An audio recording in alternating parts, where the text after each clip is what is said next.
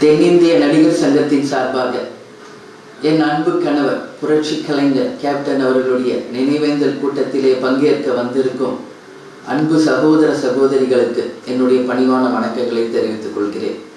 Captain அவர்கள் மதுரையில் பிறந்து தன்னுடைய தொழிலாகிய ரைஸ் மில் ஆலையில் தன்னுடைய தொழிலை தொடங்கி 1978 சென்னையிலே கலைத்துறையில் தன் கால்களை பதித்து தன்னுடைய நற்குணங்களாலும் கடின உழைப்பாலும் விடாமுயற்சியாலும் எத்தனையோ வெற்றிகளை தோல்விகளை சவால்களை எதிர்நீச்சல் போட்டு வெற்றி பெற்று தன்னுடைய நற்குணங்களாலும் அனைவருக்கும் உதவும் அந்த நற்பண்புகளாலும் அனைவரையும் சமமாக கருதும் அந்த நல்லெண்ணத்தாலும் அனைவரிடத்திலும் ஒரு நண்பராக குடும்ப உறுப்பினராக அவர்கள் உள்ளத்தில் நீங்கா இடத்தை பெற்றிருக்கிறார். கேப்டன் அவர்கள் திரையுலகிலே வந்து சந்தித்த பல போராட்ட காலங்களை என்னுடன் பகிர்ந்திருக்கிறார். அந்த நினைவுகள் இப்போ எனக்கு வருது. இதே கோடம்பாக்கத்தில் நடந்து சென்று ஸ்டூடியோக்களில் வாய்ப்பு தேடி அந்த கஷ்டப்பட்ட காலத்திலிருந்து நடிகர் சங்க தலைவராகி எதிர்கட்சி தலைவராகும் வரை தன்னுடைய வாழ்க்கையை எதிர்நீச்சல் போட்டே கடின உழைப்பை மட்டுமே தன்னுடைய ஒரே கோலா வச்சு உழைத்தவர் கேப்டன் அவர்கள். அவருடைய திரைப்படங்கள் எத்தனையோ திரைப்படங்கள் சில்வர் ஜூப்ளி நடந்திருக்கு, எத்தனையோ படங்கள் தோல்வியும் அடைஞ்சிருக்கு. கேப்டனுடைய திரைப்படங்கள்ல முத்திரை பதித்தது அவருடைய சண்டை காட்சிகள்.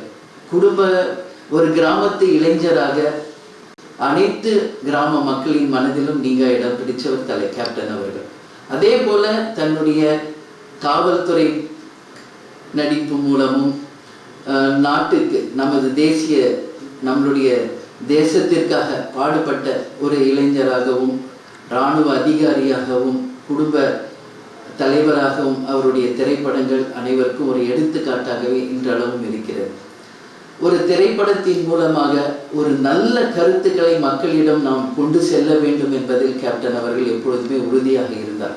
அது மட்டும் இல்லாமல் தான் வாழ்ந்த காலம் தன்னால் முடிந்த உதவியை எல்லோருக்கும் செய்யணும், எல்லோரையும் சமமாக மதிக்க வேண்டும், அனைவருக்கும் சமமான உணவு சமமான ஒரு வாழ்க்கை இருக்கணும் அப்படின்னு சொல்லி நிச்சயமாக உறுதியாக இருந்தவர் கேப்டன் அவர்கள். இன்றைக்கு கேப்டன் நம்ம கூட இல்லை அப்படின்னு நீங்க யாரும் நினைக்க வேணாம். அவருடைய ஆன்மா நம்ம கூட தான் இருக்கிறது. கேப்டனுடைய இறுதி பயணத்திலே நேரடியாக வந்து பங்கேற்ற அனைவருக்கும் என்னுடைய நன்றிகளை இந்த நேரத்தில் தெரிவிச்சுக்கிறேன்.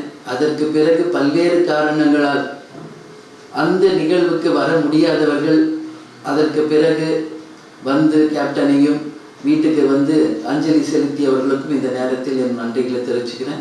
ஏதோ ஒரு சூழ்நிலை காரணமாக அவருடைய இறுதி பயணத்தில் பங்கேற்க முடியாத ஒரு நிலை ஏற்பட்டு எந்த ஒரு சூழ்நிலையில் வந்து அவருக்கு பங்கேற்க முடியலே அப்படின்னு நீங்க எங்கேயோ இருந்தாலும் உங்கள் எண்ணம் நிச்சயம் கேப்டன் கிட்ட தான் இருந்திருக்கும் என்பதில் எந்த விதமான ஐயப்பாடும் எங்களுக்கு கிடையாது.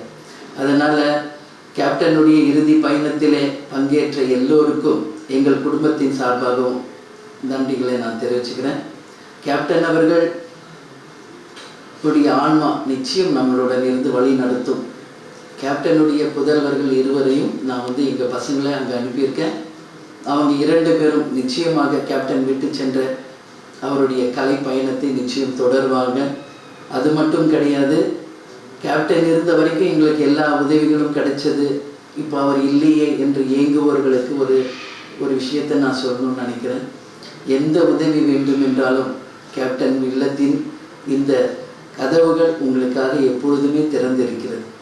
யார் வேணும்னாலும் வாங்க, எந்த உதவி வேணும்னாலும் கேளுங்க. எங்களால் முடிந்த உதவியை நிச்சயமாக உங்களுக்காக நாங்கள் செய்வோம் என்பதில் எந்தவித ஐயமும் யாருக்கும் வேண்டாம்.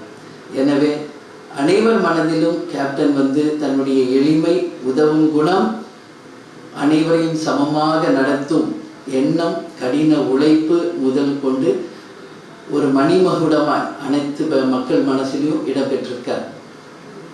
கேப்டனுடைய இறுதிக்காக அவருடைய மறைவை கேட்டு தன் வீட்டில் ஒரு நிகழ்வு நடந்தது போல ஒவ்வொரு தமிழர் வீட்டிலும் இந்த துக்கமான ஒரு நாளாக அந்த நாளை உலகத்தில் இருக்கும் அனைத்து தமிழர்களும் அந்த நாளில் எல்லோரும் நீங்கள் சோகத்தில் இருந்தீங்க என்பதை எனக்கு தெரியும்.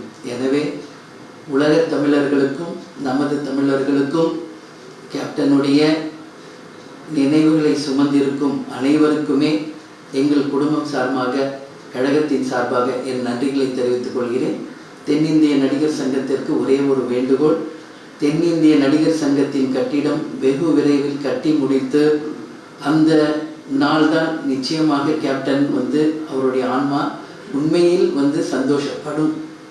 எனவே இது நாசர் சார் வீட்டுக்கு வந்தபோதும் விஷால் அவர்கள் வீட்டுக்கு வந்தப்போ நான் அவங்ககிட்டயே நேரடியாக இதை சொன்னேன். எனவே நடிகர் சங்க கட்டிடத்தை வெகு விரைவில் கட்டி முடிக்க வேண்டும் என்று உங்கள் அனைவரிடத்திலும் இந்த நேரத்தில் கேட்டுக்கொண்டு, கேப்டன் எப்பொழுதும் சொல்லுகின்ற அந்த 2 வாக்கியங்களை கூறி நான் உங்களிடமிருந்து விடைபெற இருக்கிறேன். தமிழன் என்று சொல்லடா, தலை நிமிர்ந்து நில்லடா, இயன்றதை செய்வோம் இல்லாதவர்க்கே என்று கூறி உங்களிடமிருந்து விடைபெறுகிறேன். நன்றி, வணக்கம்.